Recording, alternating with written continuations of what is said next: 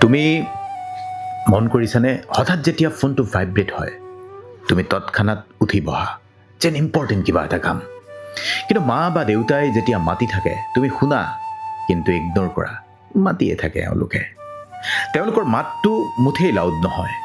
কিন্তু এই মাতটোৰ ভিতৰত কি থাকে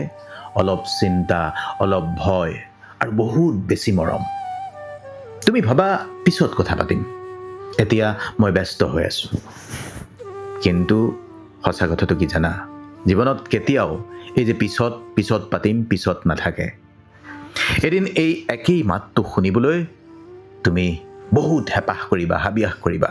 কিন্তু সেইদিনা তুমি হতাশ হ'বা যি মাত আজি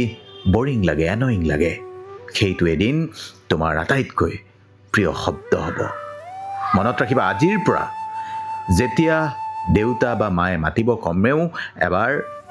হয় মা বা কোৱা দেউতা বুলি উত্তৰ দিবা কমেণ্ট কৰিবা কাৰণ তেওঁলোকৰ মাতত বহুত বেছি ডাঙৰ শিক্ষা একো নাই কিন্তু তোমাৰ বাবে বহুত বেছি মৰম আছে দেৰিকৈ বুজিবা